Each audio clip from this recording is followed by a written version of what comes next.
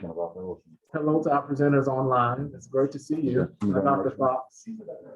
Hello, how are you? Great. I can hear you well. Thanks. I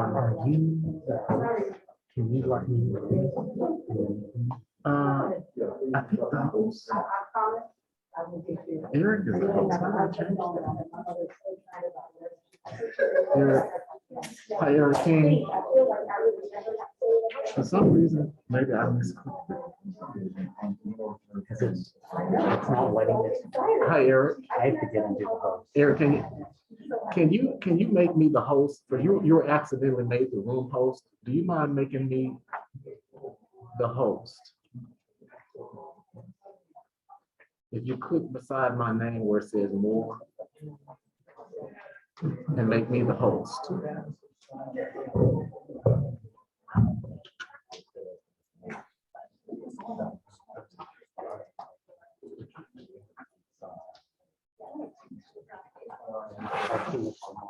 Mhm.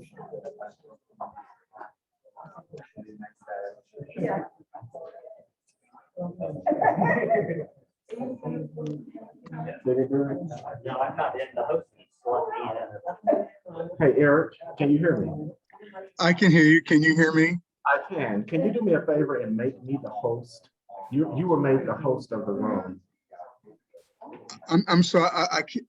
Could you speak up louder? I said, but can you do me a favor and make me the host? For some reason, you're the host of the room. Okay. By hovering over How do I do that?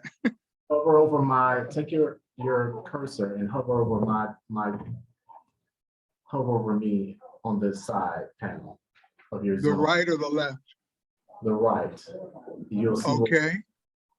And just click. Click, and do you see where it says make host?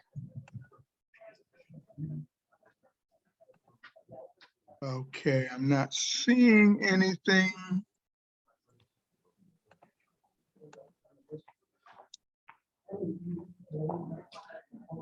Okay, as you click on the right to where my photo is under participant. Okay. To where your photo is. Yes. All right, let me see if I can find it.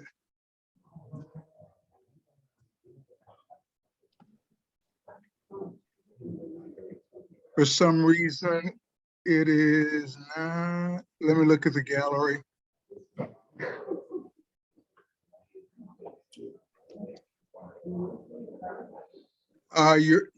Your photo's not showing up. Do you see my name? Just the live view of you at the podium. Do you see my name on the side of where it says participants, wherever my name is? Do you see my name? Okay.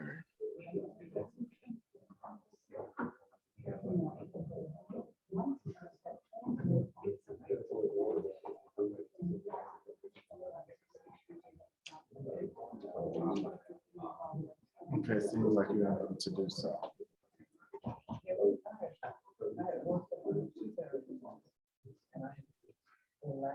Okay, he's here. Derek, are you there? Yes, I am. What the only thing that I see with your name is the picture where you're at the podium. You're fine now. You're good. We're going to proceed. Oh, okay. Thank you. I don't think I can record. Okay. Okay, he doesn't know how to make me a host.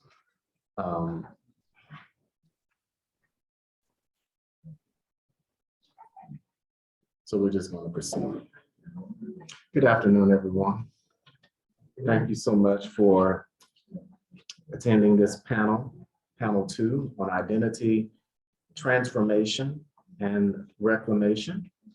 And we have 3 wonderful panelists here, and I'm going to introduce them in the order that they will present. First, we have Mr. Benji De La Piedra, who is a writer, oral historian, and educator based in Little Rock. He directs the Herbert Denton Biography Project at the University of the District of Columbia and teaches oral history courses there and at the University of Arkansas, Little Rock. He consults on community-centered oral history projects around the United States and is an active member of the Oral History Association. As a visiting scholar at the John Clutch Center at the Library of Congress. He is currently working on a memoir of ideas about journalism, race, heroism that ties together his research and reflections on Herbert Denton, Albert Murray, and Ralph Ellison. We also have Mr. Eric King, who is a native of Philadelphia, Pennsylvania. Mr. King was educated in the Catholic school system of Philadelphia. He earned his BA in political science from St. Joseph's University in Philadelphia in 1971. He also earned his master's degree in politics from Princeton University in 1973. He served as a lecturer and chairperson of the political science department at Lincoln University in Pennsylvania, as an assistant dean of advising and an adjunct faculty member at the University of Pennsylvania.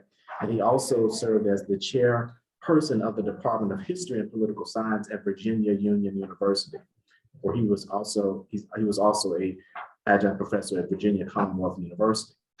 And last but not least, we have Dr. Carl Fox, who is a graduate of the University of Alabama, where he received a BA in political science and African-American studies. He holds an MA in communication studies with concentrations in race and gender, race, and political rhetoric from the University of Alabama's College of Information Sciences. Kyle obtained his PhD in humanities with the concentration in African-American studies from Clark Atlanta University. His research focuses on the construction and performance of gender and race identities, specifically Black masculinity. He credits his research interests and professional pursuits to a constant quest to ensure that accurate representations of the Black male are realized, ensuring the diverse representations of all identity groups, especially Black populations, is one of his driving forces. Kyle is currently an assistant professor of communication at the College of Coastal Georgia. There, he serves as faculty advisor to the Black Student Union, faculty representative on CCGA's President Commission on Diversity and Inclusion, and serves as the college's representative on the University System of Georgia's Regents Advisory Committee for Communication. Kyle has recently signed a textbook deal with nationally renowned Kindle Hunt publishers. The forthcoming text is entitled Lived Every Voice, Public Speaking for the HBCU Classroom. Let's give our guest a round of applause. And first, we're going to, our first speaker is Mr. Benji De La Piedra, and then we'll move on to Mr. King, and then on to Dr. Kyle Fox. And after that, I'll follow up with some questions, and then we'll open up the session for our visitors to ask questions as well. Thank you, sure, okay. Good afternoon.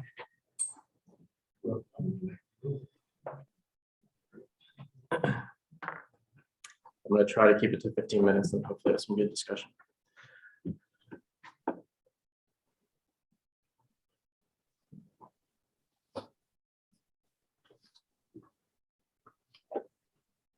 For the past several years, I've been researching and preparing to write the biography of Herbert Denton Jr.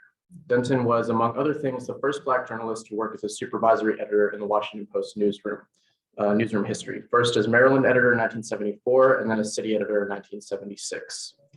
Denton was raised in Little Rock, Arkansas, and so much of my work has consisted of doing oral history interviews there with people who remember him or his family or the world that they grew up in. In other words, African-American people in their 60s, 70s, 80s, sometimes even in their 90s. During the major lockdown period of the pandemic, which I spent in Little Rock, this project led me to develop a second book project, which I'm calling The Hero in the News. Occasioned by my reading of the media coverage of the George Floyd Breonna Taylor protest summer of 2020, the goal of this book is to offer a series of useful reflections on the impulses towards heroic action that always underlie the work of journalists and other public narrative makers, such as even myself as an oral historian. We all have hero complexes. The book's title, The Hero in the News, is a nod to Albert Murray's 1973 book, The Hero in the Blues, which posits improvisation as the most heroic of human faculties and thereby identifies what Murray calls the Afro-American born blues idiom as Western civilization's most heroic tradition. In essence, my book is seeking to map out a template for the personal development of a blues-toned journalism, in which the heroism of the journalist is not conceived as a matter of warrior-like or swashbuckling saviorism, which I would call a relatively unevolved hero complex because it's rooted in ego, but rather as a matter of the journalist's ability to swing with new information and quickly changing circumstances. What makes a maker of public narrative heroic is their ability to revise their own frame of reference in order to truly get the story right, a process that involves nothing if not personal transformation, which is itself contingent on both the humility required to practice non-attachment and the assertiveness required to cultivate a morally clear and factually grounded point of view. While the hero in the news will be framed by my own journey and experiences, its real core is going to be an extended and unfurling close reading of a book-length portion of Ralph Ellison's unfinished Hickman novel, his famously unfinished novel, maybe you've heard of, which has been published posthumously on 2 occasions. First in 1999 as Juneteenth, and again in 2010 as the more expansive 3 days before the shooting. The portion that I close read was intended by Ellison to serve as book 1 of the Hickman novel, and that's the position it occupies in 3 days, the larger version. Juneteenth, all of Juneteenth is essentially book 2 of 3 days. And read on its own, Juneteenth is a beautiful and edifying novel. But reading book 1 in 3 days before reading Juneteenth gives you a much better sense of the fullness of what Ellison was trying to do with his novel, which he summed up in a late interview as an attempt to achieve a comprehensive, and these are his words, pause for contemplation of the moral significance of the history that we've been through. Ellison narrates book 1 of the Hickman novel, again, published as 3 days before the shooting, entirely in the first-person voice of a white liberal journalist character named Wellborn McIntyre, who is present on the scene of the novel's inciting incident, an assassination attempt circa 1955 on US Senator Adam Sunraider, a white man from New England, whose political persona is primarily, and you could even say entirely, staked on making unpredictably scandalous remarks about Black citizens. At the scene of Sunraider's shooting, there emerges a mysterious and powerful Negro preacher, whose name we soon learn is Hickman. After unsuccessfully trying to stop the shooting, Hickman confounds the public. McIntyre calls it a slap in the face to our national sense of logic by accepting the wounded senator's demand to join him in the ambulance and await the completion of his surgery in the hospital hallway so that they can visit with each other in the operating room once he comes out of surgery. McIntyre thinks to himself that this turn of events is much more disturbing than the shooting itself. And so he resolves to also go to the hospital and unravel the mystery of Hickman's identity and purpose. Over the course of the 15 chapters that comprise book 1, McIntyre turns out to be quite unsuccessful. Rather than learning anything of substance about Hickman or the senator's backstories, he ends up embarking on a grueling mental journey through his own personal memories of previous encounters with other characters that shape his mental image of Black people in America. As the repressed parts of himself become more imperative yet emotionally difficult for him to face, McIntyre starts to come into the seemingly paradoxical understanding that Ellison himself communicated in a crucial 1970 essay published in Time magazine called What America Would Be Like Without Blacks. Most white Americans, Ellison writes in that essay, are culturally speaking part Negro without even realizing it. And whatever else the true American is, he is also somehow Black. In The Hero in the News, the book that I'm working on now, I plan to have a chapter that discusses this journey, McIntyre's journey, through the lens of a phrase that was taught to me by one of Herbert Denton's proteges, Milton Coleman, who actually succeeded Denton as city editor and went on to become deputy managing editor of the Washington Post. And that phrase is going through your Black thing. Coleman, who is himself Black and helped agitate for the creation of the Black Studies program at his hometown University of Wisconsin in Milwaukee, first introduced this phrase to me, going through your Black thing, when discussing a memoir written by fellow Washington Post reporter Eugene Robinson, who's still a columnist for the Post, called From Coal to Cream. Published in 1999, this book, Coal to Cream, tells Robinson's story of covering Latin America for the Post. While he initially experienced a sense of liberation, personal liberation in Brazil, upon learning that he did not have to be Black there, he soon came to realize that in Brazil, as in so many other places, the darker skinned people still caught the most hell, and the white skinned people, the lighter skinned people, had the best positions. And so he eventually comes around to appreciate the tools for what we might call something like a pan-shade solidarity. He calls it racial anger as a great tool for organizing, that are implied by a notion of race and Blackness in America. In summarizing the book for me, Coleman said with a smile, "That was Gene going through his Black thing." As I've come to understand it, going through your Black thing is a highly personal process of intensely identifying with the collective struggles and disappointments of being Black in America, along with the commonly held joys, sense of community, and resources for living afforded by that same sense of being Black in America. It's a process of negotiating one's relationship to an identity category that can be at once restrictive and generative, astoundingly complex and variegated, yet so often reduced to a one-dimensional essence that will label as inauthentic those aspects of personality that do not conform to what Murray calls the fake lore of Black pathology. It's a process of avowing one's own Black heritage and responsibilities on one's own terms, a process that I would submit is never really over as long as one is living in proactive dialogue with one's surroundings. Other examples of going through your Black thing, and again, I intend to write about this, can be seen in memoirs written by two other Black reporters who, like Robinson, were brought to the Washington Post by Herb Denton, Neil Henry and Keith Richburg. In Pearl's Secret, Neil Henry embarks on a quest to unravel the mystery of his great-grandmother's white ancestors and to track down his long-lost white cousins. Yet in what I think of as a characteristically Ellisonian turn, the more Henry pursues the white side of his ancestry, the more conscious he becomes of the depth and scope and importance of his Black ancestry. And in Out of America, Keith Richburg writes controversially about his experience of working as the Post's Africa correspondent. He actually succeeded Henry. Henry's in the very beginning of that book. He worked as the Post's Africa correspondent for 3 years in the early 1990s, covering harrowing genocides in Somalia and Rwanda, which leads him to take stock of his own life history growing up in Detroit and working in DC. And he ends up thanking fate for having ensured that his ancestors were stolen from the continent and given a different chance in America.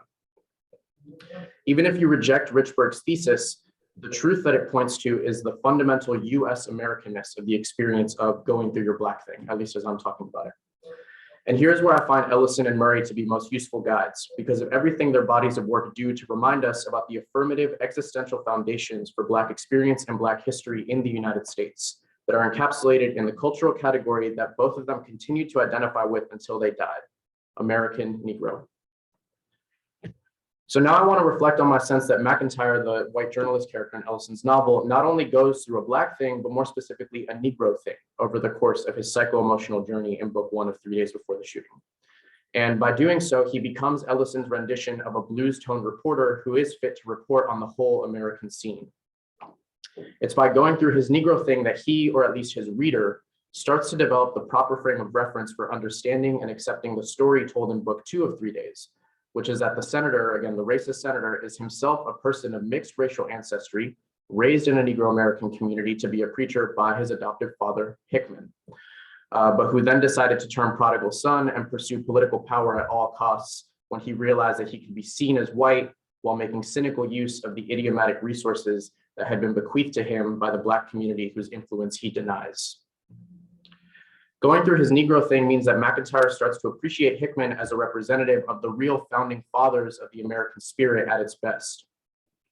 As that identification begins to take hold, McIntyre also begins to appreciate, not only with his head, but also his heart, what Ellison articulates in his 1963 essay, The World and the Jug, which is a counterstatement to the non-Black, to the white literary critic Irving Howe's notion that the only authentic Negro writing was one of clenched militancy, and that Ellison had betrayed the cause by focusing on the imperatives of art. Evidently, Howe feels that unrelieved suffering is the only real Negro experience, Ellison writes, and that the true Negro writer must be ferocious. But there is an American Negro tradition which teaches one to deflect racial provocation and to master and contain pain.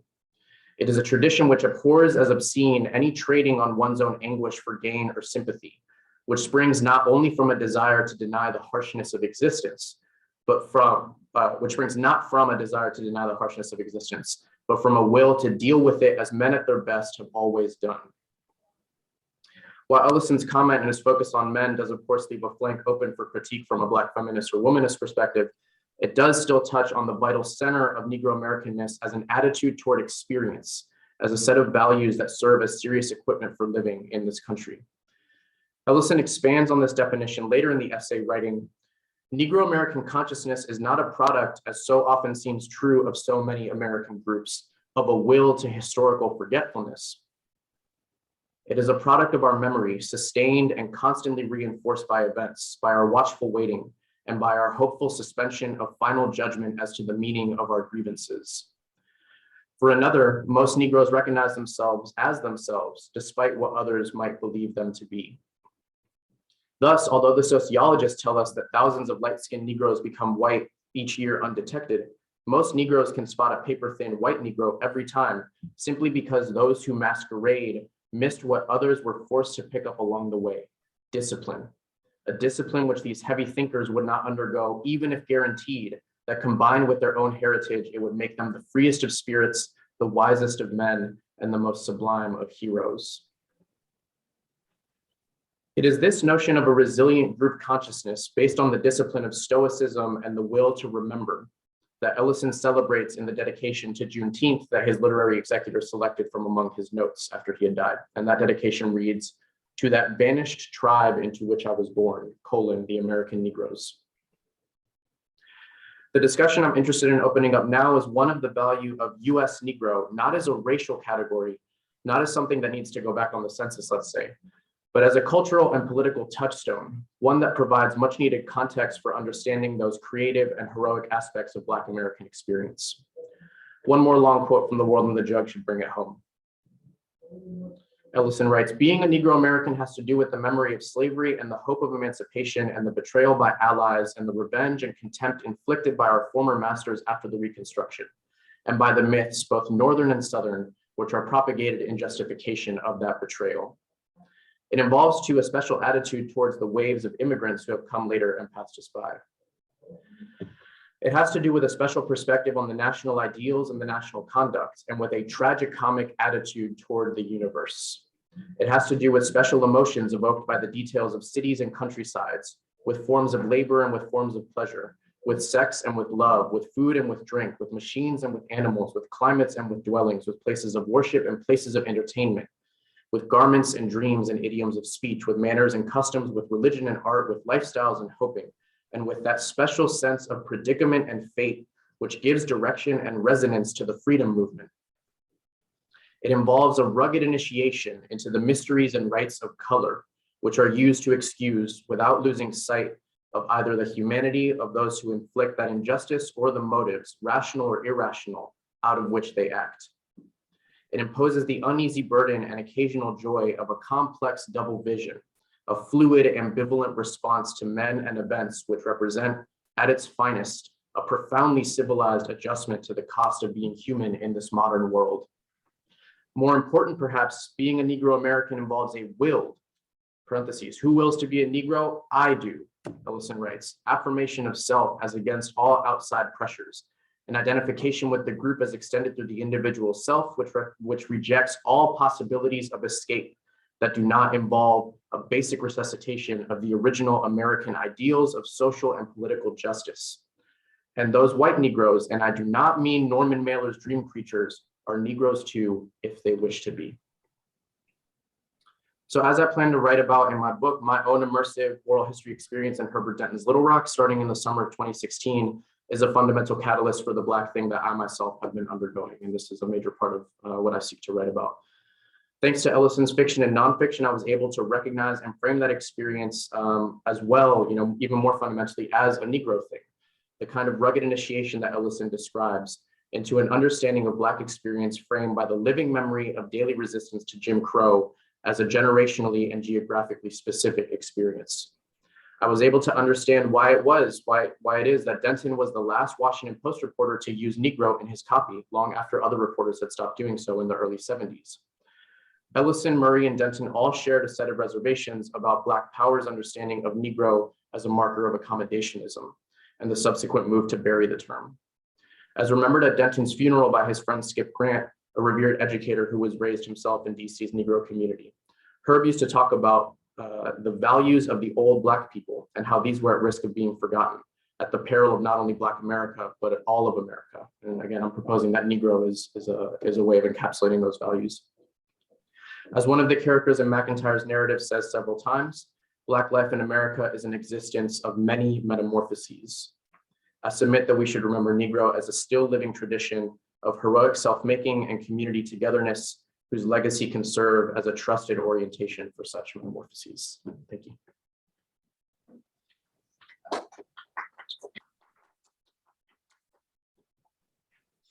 Thank you so much for that stirring presentation. Lovely, one moment, I'm gonna do something here.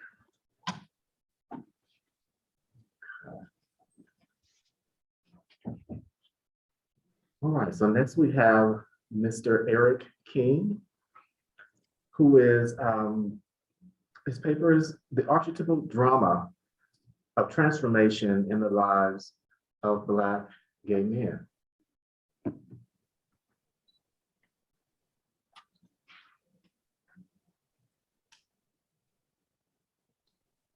Mr. King?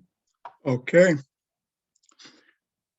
In this paper, I used the theory of the archetypal drama of transformation developed by Manfred Halpern of Princeton University.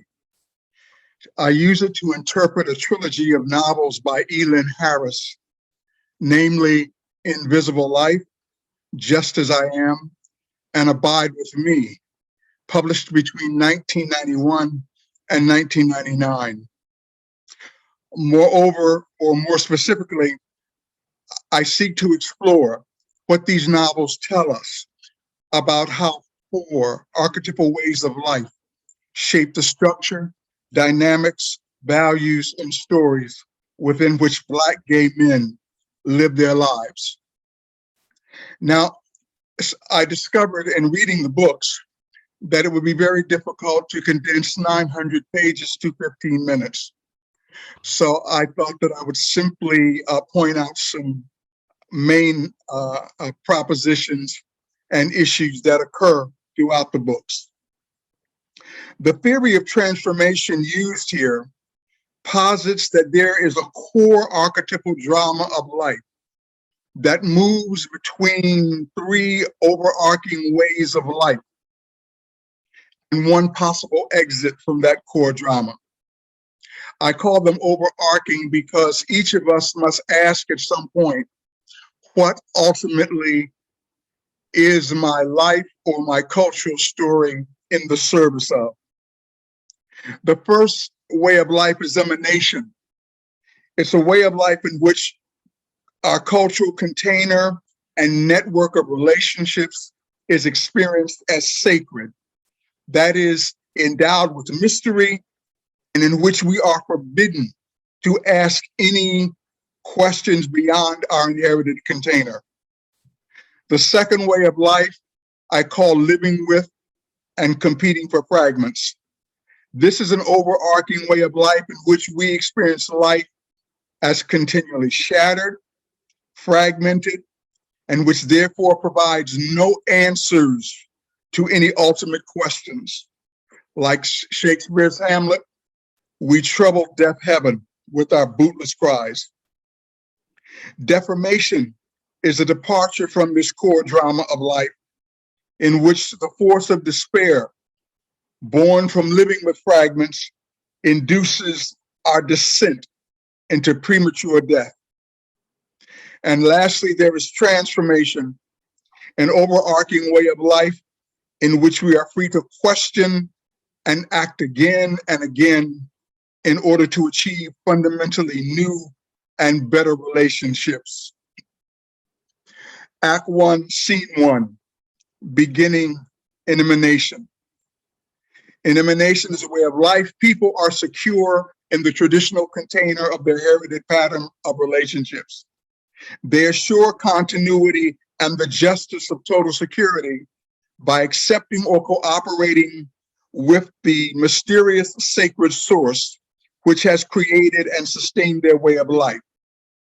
Such a mysterious power may have its source in charisma, unfathomable competence, unanalyzed or unanalyzable power over vital resources, or simply covert manipulation.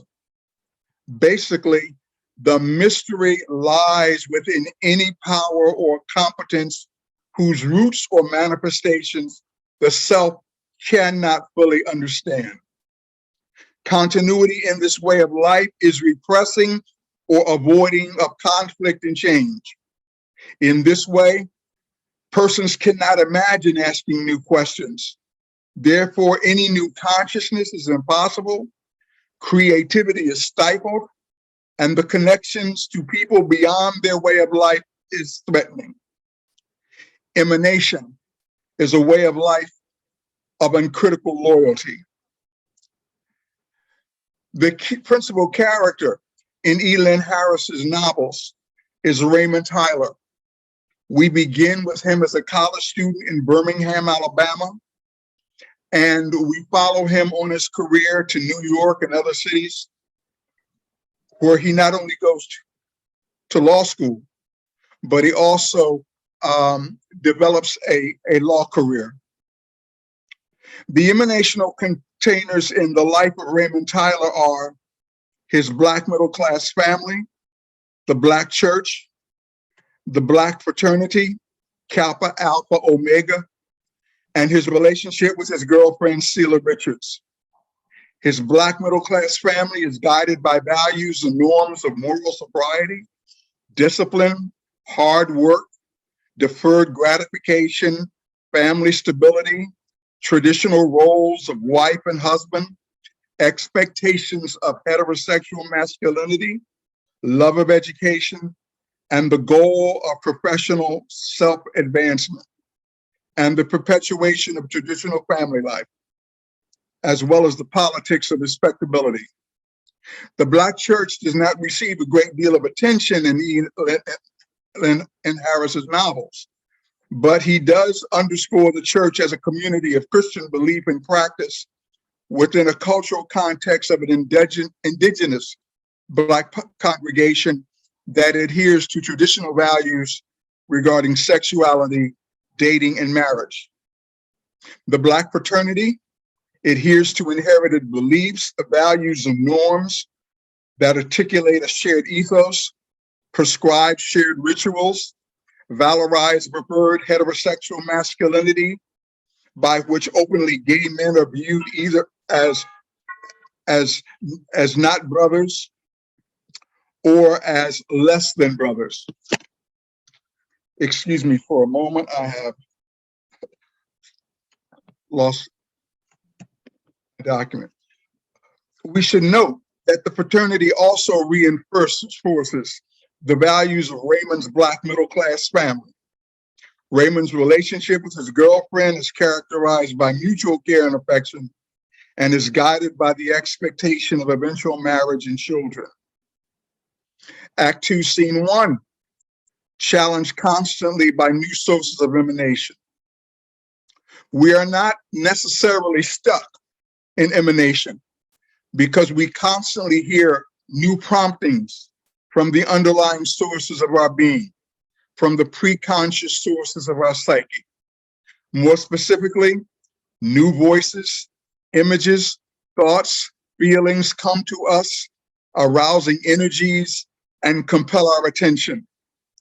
The initial attraction can take the form of an urgent impulse, a surprising action, a startling new thought, a particular person, or a powerful new drug. However, because we are rooted in Scene 1, we do not understand these new inspirations. There are at least two ways in which we may try to move beyond this impasse. We can choose to go home again and return to our previous emanational way of life because we don't want to lose the previous security of that sacred network or container. Or we do not want to be severely punished. We therefore repent and are readmitted. By implication, we must re-embrace the taboos of our sacred container. And therefore, we repress any thought, image, feeling, or action that is illegitimate in our dominant story. Or we may choose to repress, deny, ignore the new but unbearable energies. Unfortunately, repression can make the unbearable unconscious, but it cannot make the unbearable go away. Moreover, the energy repressed do not ipso facto go away. They come back as unintended and uncontrollable forces. Raymond Tyler hears from new voices in several ways. At a frat party, he sees a new male student, Kelvin Ellis, whom he learns is an athlete. He later has a dream about this young man and wonders why he is dreaming about another male. The next day, he agrees to give Kevin a ride so that they can both shop for alcoholic beverages. Ray begins to feel at ease with and attached to Kelvin, whom he invites back to his apartment where they drink the alcoholic beverages. Kelvin admits to Ray that he is bisexual. Ray and Kelvin have sex, and Ray discovers that he enjoys having sex with a man. And on Sunday, when he accompanies his girlfriend Sheila to church, he feels so guilty about the sex he has had with Kelvin and feels a desire to publicly repent, but does not. For the remainder of his college tenure, he has a secret affair with Kelvin while maintaining his relationship with Sheila. Act 2, Scene 1, living with fragments and moving into rebellion. In Act 2, as a way of life, which is the way of life of incoherence, we experience life as both persistently coherent, especially within our network of relationships. In this part of the core drama, we experience life as continually shattered or fragmented as such, so that it no longer offers the hope of an answer to any ultimate questions, so that all we can do is compete to organize and reorganize fragments of life. In the core drama of incoherence as a way of life, living with fragments is necessary temporarily to free us who are frozen in an inherited pattern of emanation. However, when people become permanently arrested or stuck in Act 2, then it becomes another way of shaping life. People experience life as continually shattered or fragmented and therefore no longer offering hope for ultimate answers. And then here, in broad strokes, are the structure, dynamics, values, and goals of this way of life. To live with fragments is to lose your contact with your deepest self and to reject your own sacred sources and those of others. The only certainty that people have in this way of life is the insecurity of knowing that nothing is lasting or secure. In this way of life, people conclude that since they cannot know or acknowledge any ultimate meaning, value, or love, they must get what they can while the getting is good. Success in this way of life is limited to organizing the fragmentation so that the powerful can protect themselves from the powerless, and the powerless can protect themselves from the more powerful. They assert their right to be more powerful fragments. Success for the less powerful is finding ways to build bigger fragments to protect themselves from those who are more powerful. Even though we rebelled against what had previously possessed us, we have not yet detached ourselves from, nor do we understand, the new stories that now compel and inspire us. Excuse me, I'm just getting my page. Okay, here we are.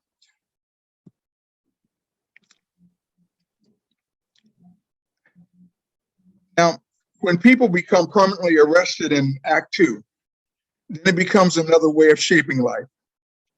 As I said, they experience their lives as fragmented, and power becomes the most important thing. Where do we see this in the life of Raymond Tyler. Raymond Tyler's serious testing of the strengths and weaknesses of his gay lifestyle occur in his tenure in New York, a site of industrial and post-industrial modernity. There, he discovers that he is free to make his own choices. He can choose his own set of friends. He can choose to date whatever men he wants or have sex with whomever he wants. However, although he is given more autonomy in New York, he has less security, because even though he can make his own personal decisions, there are other areas in urban life where there is still a stigma attached to coming out as a gay person. There are other gay men.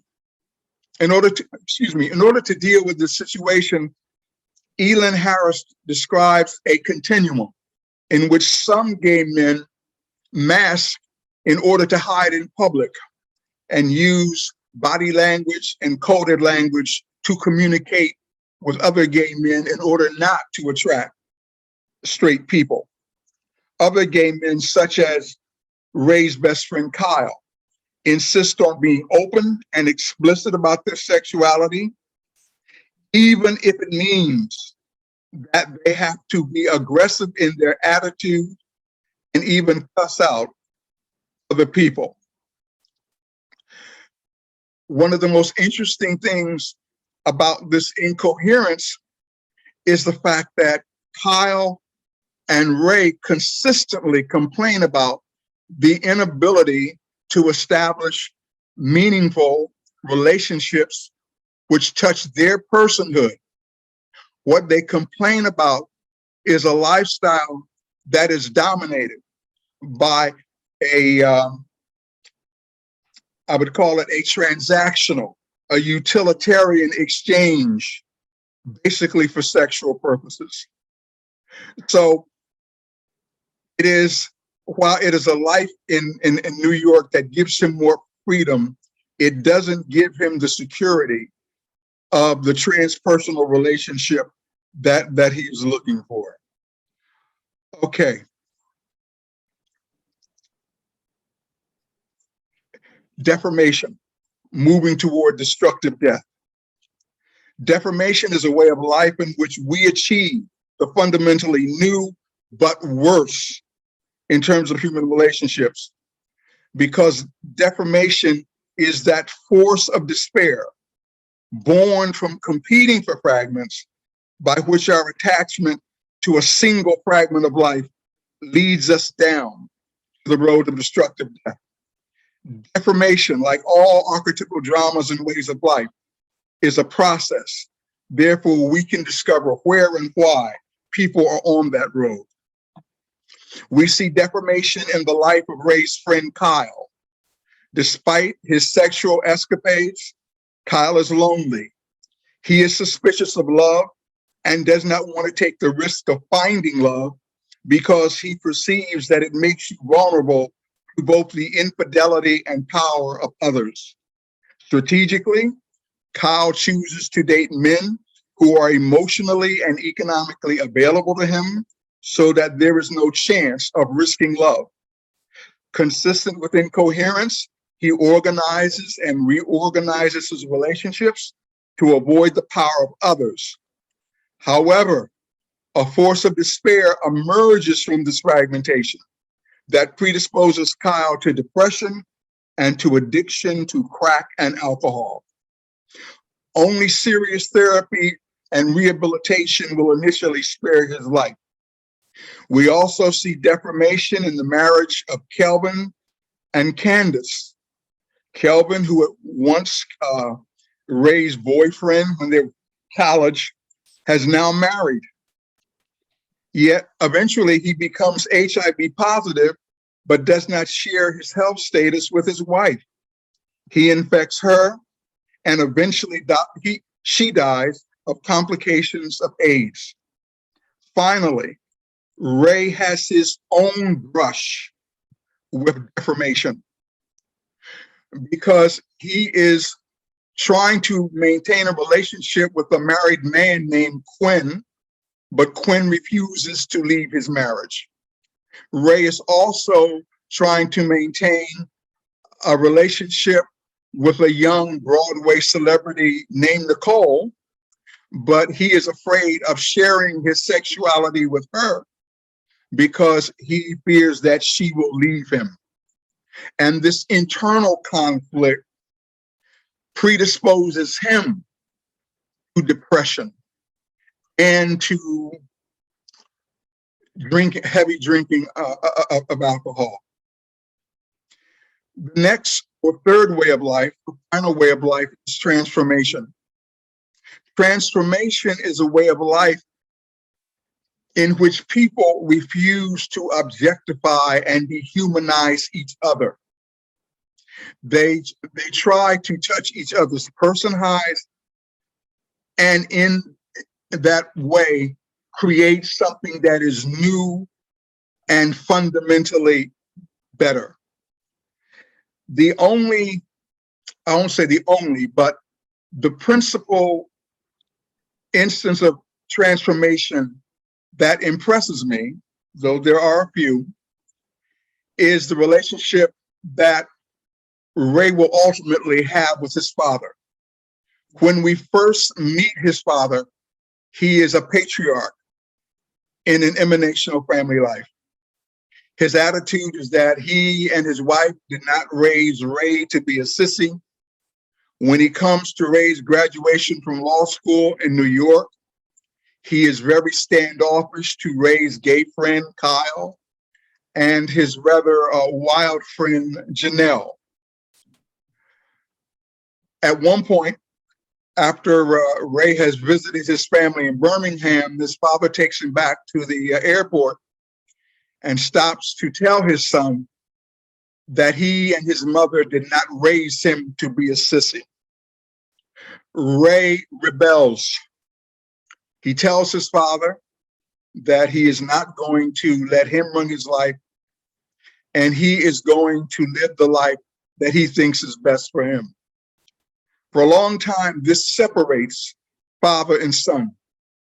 But when Ray is going through his depression and his heavy drinking, it is the father, spurred on by his wife, that comes humbly to take care of his son and to have the conversation about his lifestyle and his continuing love for his son and his desire to do better.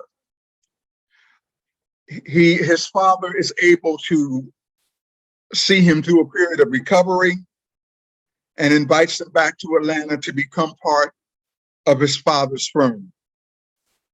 This will be a point that will set Ray off in other parts of Elin Harris's novels to struggle with his incoherence, but eventually to find a relationship with a young man named Trent in which he achieves genuine transformation. I'm going to stop now. If there are any other questions during the question and answer period, I'll be glad to carry it. Thank you. Thank you so much. Let's give Mr. King a hand. Last but not least, we have Dr. Kyle Fox, Reaping the Harvest, Black Queer Embodiment in the Rural South.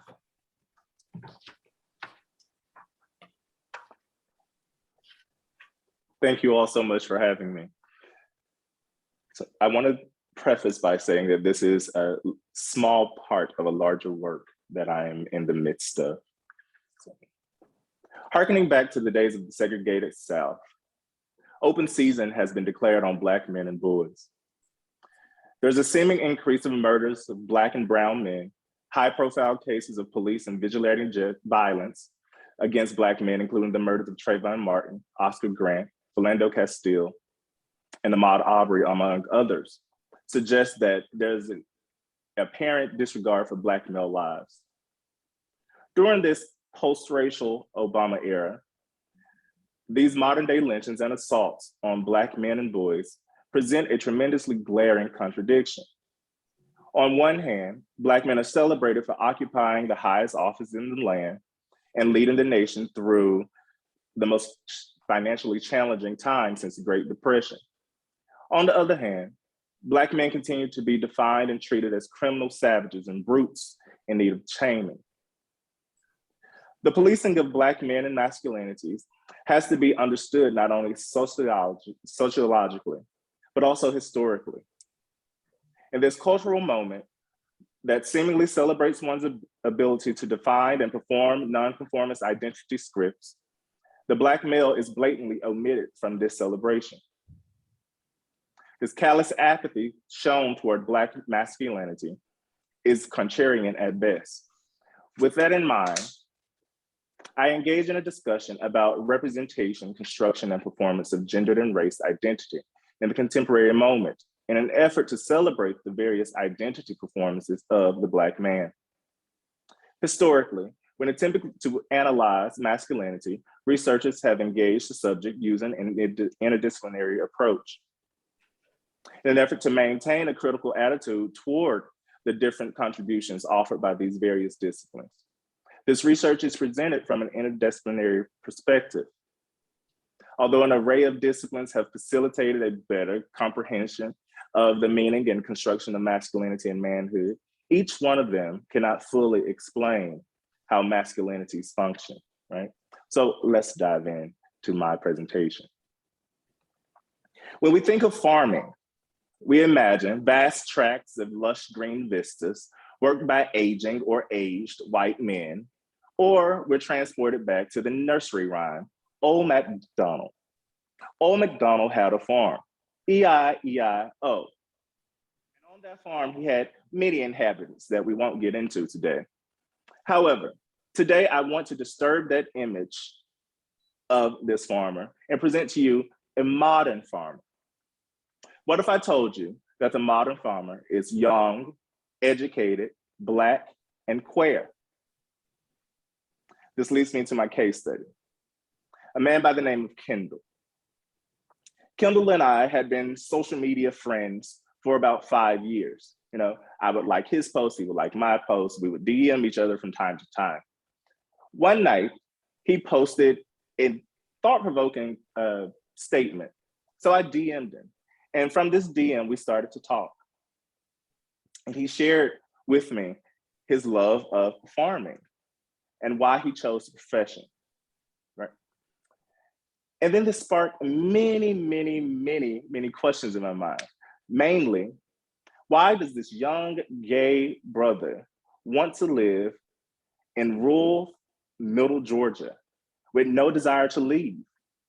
And how do the inhabitants or the residents of this town accept him as he performs his masculinity? We'll get into that a bit later. But for centuries, African Americans were the force behind the agricultural industry, stretching from the tobacco farms of Maryland and Virginia, to the rice and indigo farms of coastal Carolinas and Georgia, to the cotton and sugarcane plantations of the Deep South. Black bodies toiled and labored under the system of chattel slavery. African Americans have a complicated relationship with American agriculture.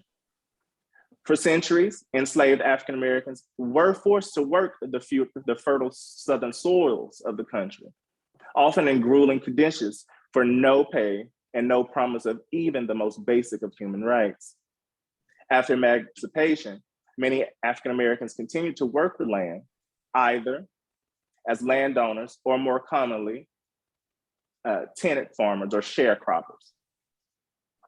Even as the slave-like sharecropping system exploited the labor of African Americans, the number of Black operated farms continued to grow at a staggering rate, with a 23% growth between 1900 and 1920, compared to 10.6% for white farmers.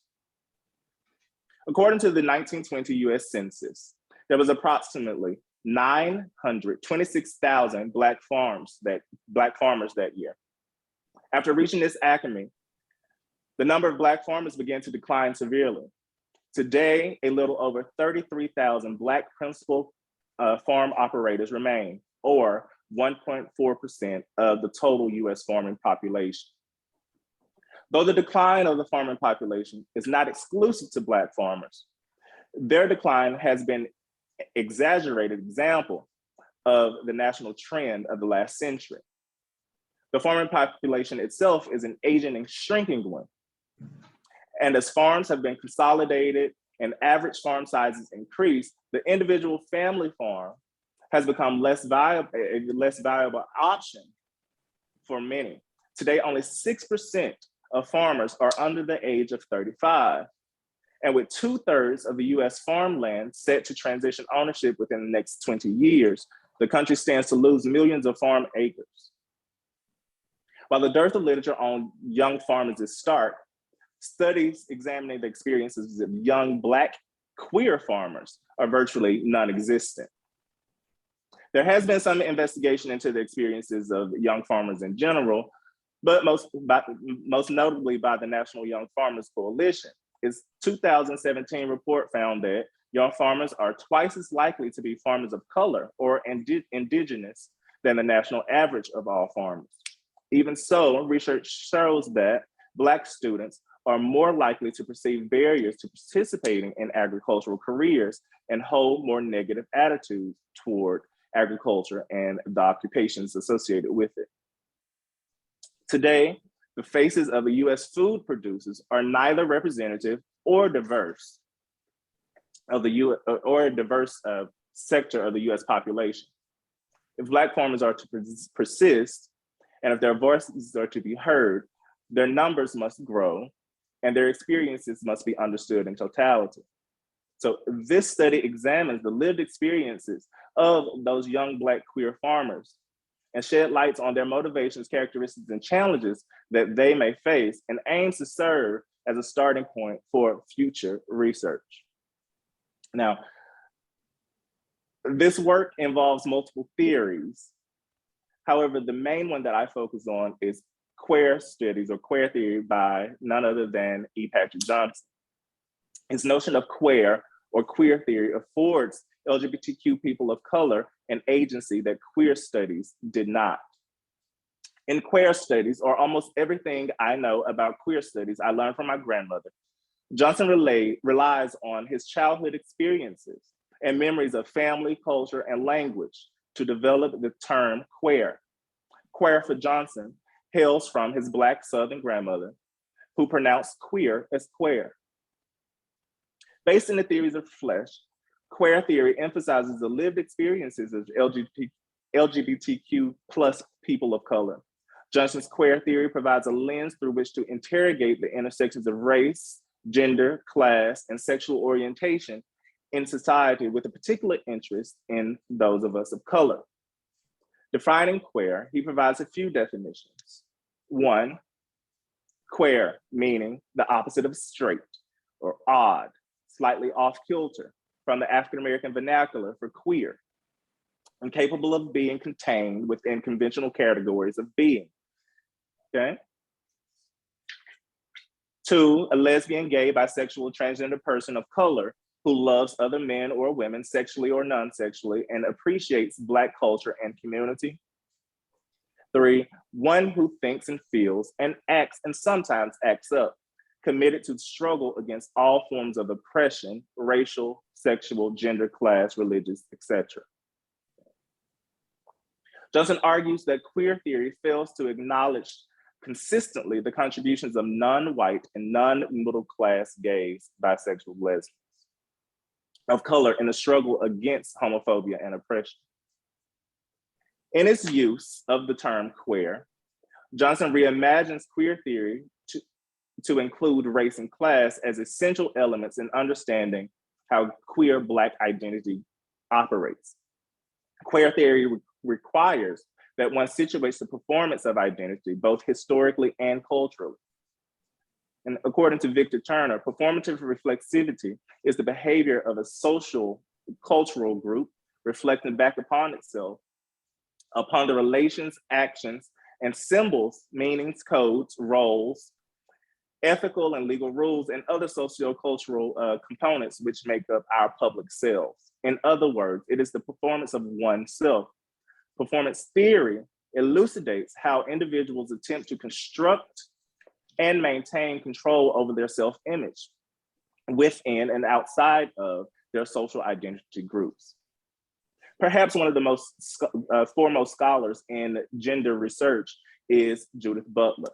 And in her article, Performative Acts and Gender Constitution, she argues that gender identity is a performance that is sanctioned and compelled by existing social structures.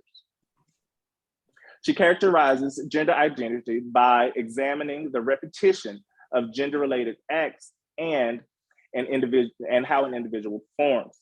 Butler writes, if the ground of gender identity is stylized repetition of acts through time, and not a seemingly seamless identity, then the possibilities of gender transformation are to be found in arbitrary relation between such acts in the possibility of a different sort of repeating, in breaking or subversion, repetitions of that style.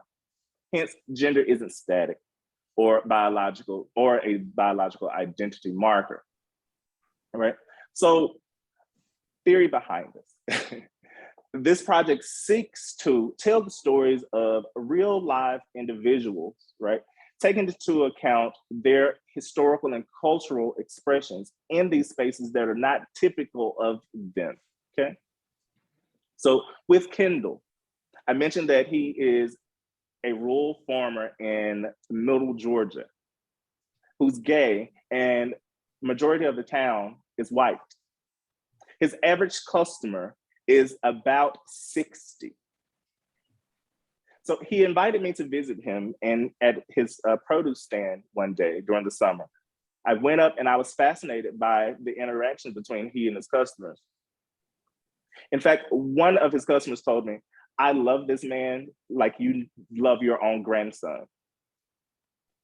And that stuck with me. It was like, in these spaces that we would consider to be conservative and against anything that is deemed different, this little old white woman said that she loves you like she loves her own grandson. In fact, she said that she stopped by his stand every day to make sure that he's okay. So then that made me question, are we going into these spaces with these preconceived notions about who these people are? Or are we giving them a fair chance, really? But the questions that guide my research were, how does young queer folk perform their identities in these traditionally heteronormative careers? I said that this was a part of a larger work. I'll be examining those people who are in trucking, professional sports, etc. Another question is, what is driving these queer men to these professions, and what barriers are they facing in them, right? Not only in the profession, but in the space in which these professions are. A little short on time. So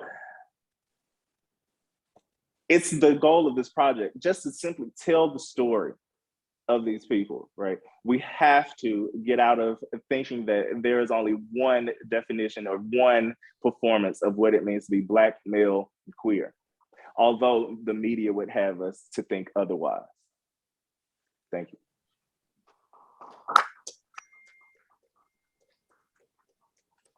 Thank you, Dr. Fox, for that fascinating presentation.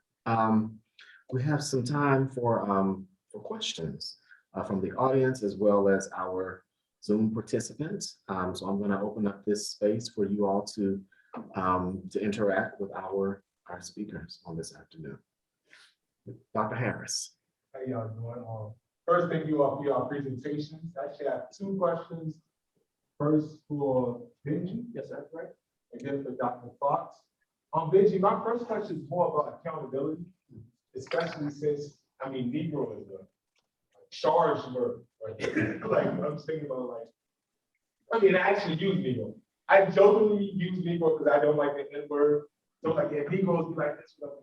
So, my question is really about accountability. And I understand that you're using, my understanding of your method is you're using the, this Washington Post writer and the unfinished novel of Ellison my question is, are you interacting with, I mean, because some of these people might still be alive. Are you doing any, maybe even oral histories or interviews with those who were a part of this movement from Negro to Black or Negro to African-American?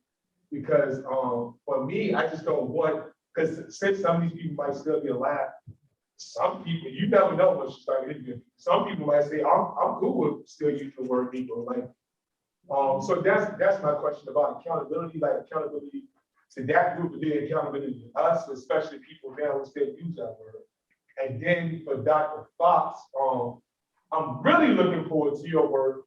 One, I love E. Patrick Johnson. Ethno performance was one of my fields. I read all his work. And the important part about queer studies is it came outside of the academy. Right? This is why this is so important. So first, I want to challenge you as much as possible, stay away from Judith Butler, right? We don't need her and her contributions to our stuff, right? Because you have queer studies, right? And you have another, I don't know if you read this book, Black Performance Theory, by DeFrance, is an edited collection. I can give you a whole historiography of Black performance, so you can stay away from Butler. Like, I'm tired of Butler. Whatever. Please and thank you. But the point, what I really want to challenge you to do, if at all possible, is see how much you can elevate the voices of Black queer folks outside of the academy in your work. And you can take heed of that challenge, because I remember, I ain't gonna lie, when I read when E. Patrick Johnson came up with that touched me. Because he said on one hand, his grandmother had made some of the most homophobic remarks he had ever heard, right? I don't know if you remember the passage, but he said on one hand, his grandmother made some of the most homophobic remarks he'd never heard. But it's the same grandmother that influenced his understanding of queer studies. So usually as scholars, we want to create these fields, these divisions, where we create these divisions that in real life are much more complex, right? There's these complexities, then we like to say, okay, as scholars, we got this over here, this over here, this over here. So if you can, as what's her name? Hip hop feminism, John Morgan. As John Morgan said, F with the grades, right? If you can F with the grades in some kind of way and keep this queer studies going, especially with the guy you're working with in Georgia and all those that you work with, I just want to challenge you. If you can elevate the voices of queer folks, of Black queer folks outside the academy, could you please live up to that challenge? So those are my two, I guess, question and challenge to you all, and whatever response you want. Any reaction? Yeah, absolutely. Thank you for your question. Yeah, accountability and sensitivity, I think, is another word to think about, right? Like I said, it's not, I'm not proposing we go back to using Negro as what we call Black people. But the work that I've done, and I didn't get a chance to really situate myself. Like, I'm a first-generation American. Both of my parents are from South America. Again, there's like a whole book for me to write about me going through my own Black thing, the way in which the Black experience and Black history in America has provided really a series of resources and touchstones in the tradition to identify with, to make sense of myself in this country where the binary is so strong, right? Yeah. And so as I went to Little Rock for the first time and started to do these oral histories with these older folks, like, because I had read that Ellison, it's like I could see the depth of the culture and the specificity of the culture, which is, again, like, it's a generational thing, it's kind of a geographic thing. And then it also helped me answer the question of, like, I had a researcher on the project who was looking at what Herbert Denton was writing in the 70s, and he was like, man, like, Herb is still using the word Negro. What's up with that? Like, he must have really been, you know what I mean? Like, all these myths of, like, the self-hating and the, you know what I mean? And it's like, actually, no, like, Denton is cut from the same cultural cloth as Ellison and Murray, where Negro was actually a really dignified thing. It was really affirmative. So it's really about having a frame of reference and establishing that. I mean, Murray goes so far as to say, and it's a bit provocative, because Murray's not great when it comes to writing about like Native American stuff. Ellison's much better because he was from Oklahoma. But Murray, tongue in cheek, is like, the US Negro is perhaps the first truly indigenous type to this nation, right? And so it's, I've just had long nights where I stay up, I'm in Little Rock and I'm thinking about like, there is this living memory that will soon, at some point in my lifetime, no one will be alive anymore who would have at some point identified as Negro. Yeah. Right. And so I'm interested in capturing that affirmative understanding, because it's like Ellison was fighting this battle on two fronts. It's like, on the one hand, you have all these white sociologists who are saying like, oh, Negro life is pathological, it's depraved, it's all these terrible things. And Ellison, is going to war and sketching out the affirmative, and then Black Power comes along and says, yeah, let's do away with the whole term. And I can just see Ellison being like, oh my God, like, I spent decades trying to show how this is an affirmative and a dignified thing. So again, it's really just about the frame of reference. And just to your question about the oral histories, like when I do oral history, I see it not only as a space for documenting the past, but also a space for thinking together with people. And so it's been a question that I raise to people who are of that generation. So I'll tell them, like, I'm noticing in Ellison and Denton, there seems to be this affirmative interest in preserving Negro as a legacy, as a touchstone. And that leads to really interesting conversations about how they grew up, about the past, about how you're right. Like that is more specific than saying Black, because Black can mean so many things. So if we're talking about the American experience that comes out of the South in the early to mid 20th century, like Negro it's just a more specific frame of reference.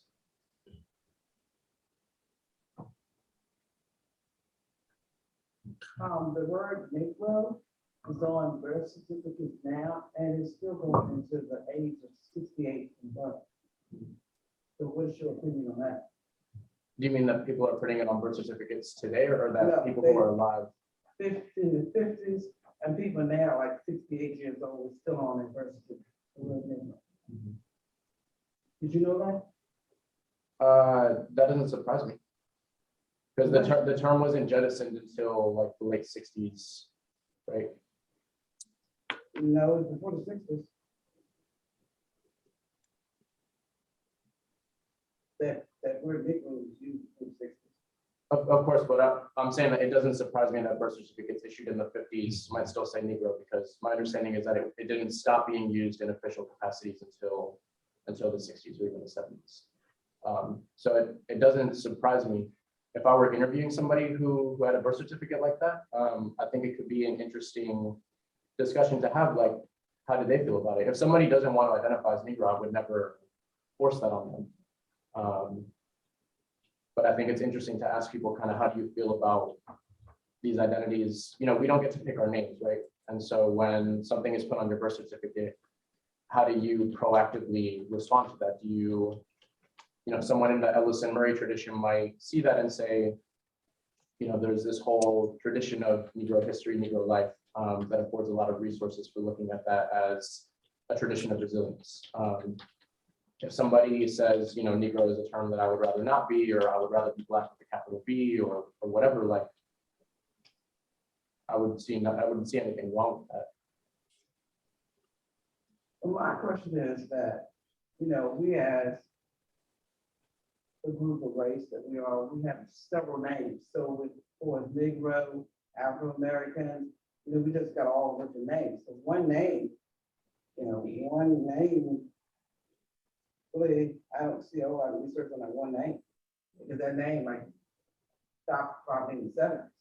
But you have to go way back for people that possibly gone on, and then not even understand that word Negro on a birth certificate is always called Negro.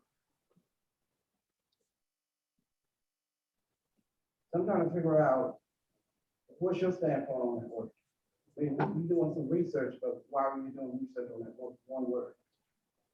Because I went to Little Rock to conduct research on the foundations of one man's life, right? A man who was born in 1943, Little Rock, Arkansas, is the son of a revered elementary school principal.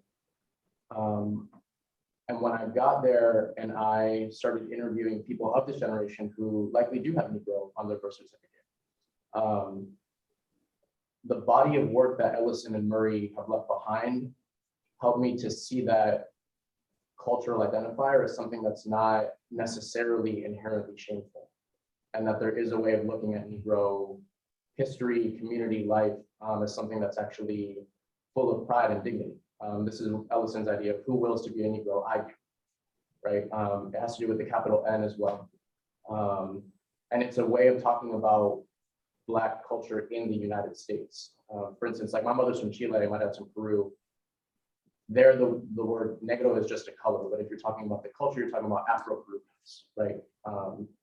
So there's just something about thinking about the specificity of the Black culture that this country has produced that, again, Ellison and Murray's body of work gives one an orientation to seeing as not something that has to be a shameful thing, which I think is what we inherit. Like I was born in 1992, like, you know, being raised in liberal spaces, like you're taught to see Negro inherently as something that's just like, that's a term that it wasn't until I discovered Ellison and Murray that I saw that Negro was a cultural category of value. I want to move to another question. I had a question for Mr. King. I don't know, am I echoing still? Mr. King? I'm here. Okay. Yeah, I wanted to know that you used the works of Evelyn Harris, of course, to explore what you call the core drama of four ultimate or overarching ways of life that shape structure, dynamics, values, and stories within some Black, queer, Black, gay, queer men, our lives.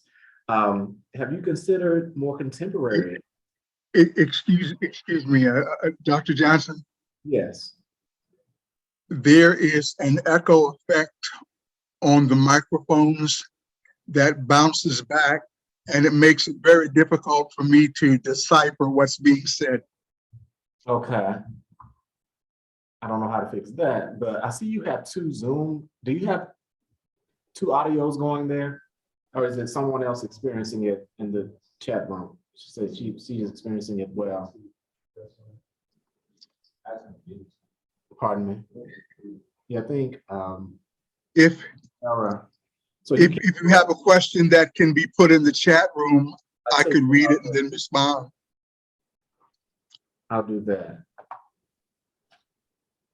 It's a long question though.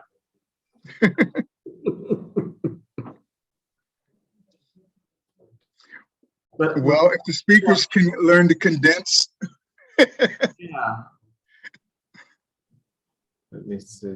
So Fox didn't get to answer the question. Oh, yeah, Kyle, Dr. Fox, do you mind responding as I do this? Can you respond to Dr. Yes, Harris? yes, no problem. And Dr. Harris, thank you for the stay away from Butler. You're the second person to tell me that, and she's gone. She is gone. All right, and I love your suggestion about elevating the voices outside of the academy. In fact, that is one reason why I chose those traditionally heteronormative male professions, right? So the farmer, the truck driver, the professional athlete, the warehouse worker. Myself, I come from a family who is ensconced in the logging and timber industry in South Alabama. And I've always wondered about the stories that they have, but just never have I approached them and say, hey, tell me about this, right? So I thank you for encouraging me to continue telling the stories of who we truly are, right? Although I was one of those people who wanted nothing to do with that world and ran for academia. And please share that work that you were telling me about. And if you could give me or refresh the question that you had for me. Yeah, I just wanted you to, I just noticed whenever academics get involved with things, it moves it away from the people.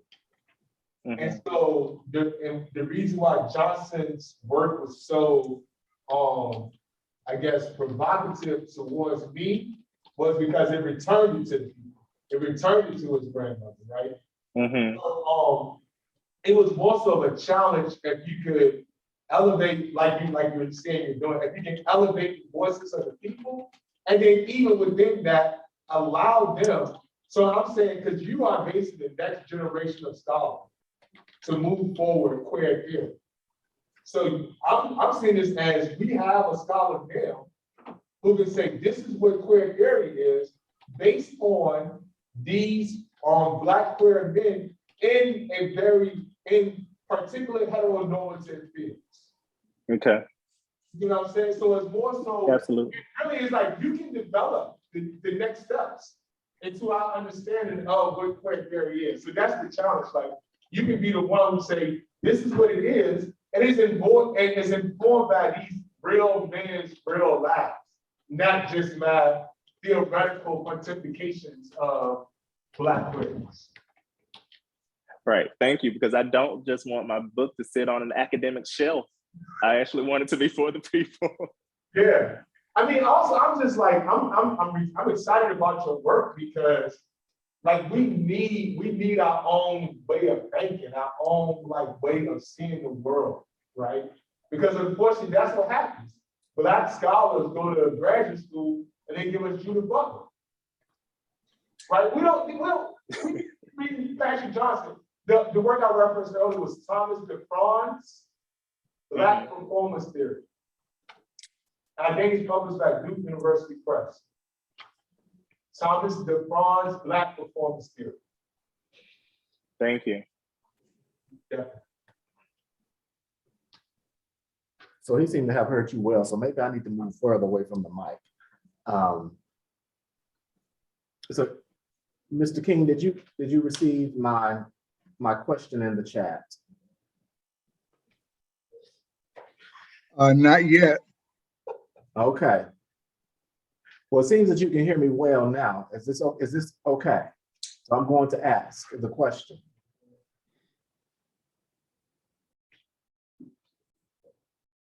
You can't hear me. I can hear you. Okay. You can hear me well. Now I can. Okay. So have you considered contemporary memoirs by Black gay men, for an example, such as All Boys Aren't Blue by George Matthew Johnson, Saeed Jones's How We Fight for Our Lives, and the work of No More Ashes in the Fire, Coming of Age, Black and Free in America by Darnell Jones. Have you considered these works as you explore the core drama of four ultimate or overarching ways of life that shape the structure, dynamics, and values and stories within the lives of some Black gay men? I would be interested in exploring as many of those works as you could recommend, for the simple reason that I have to be very sensitive to the social historical context, there are similarities and differences from the 1991 to the 1999 period in which Elin Harris wrote, and in terms of what we are dealing with now. When Elin Harris was writing, no one had any idea of a Trump world and what what that would imply, for all Americans, but especially Black people and Black gay people. So yes, I am open to whatever you recommend. Okay. I just gave you three there, and I'll send the other two. Any closing remarks by our panelists?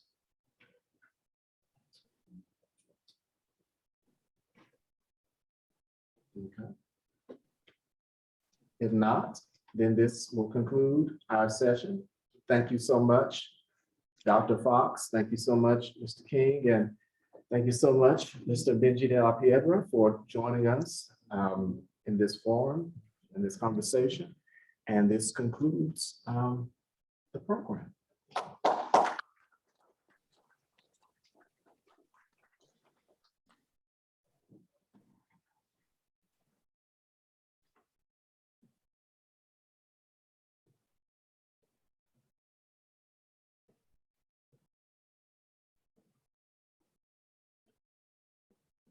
Well, I got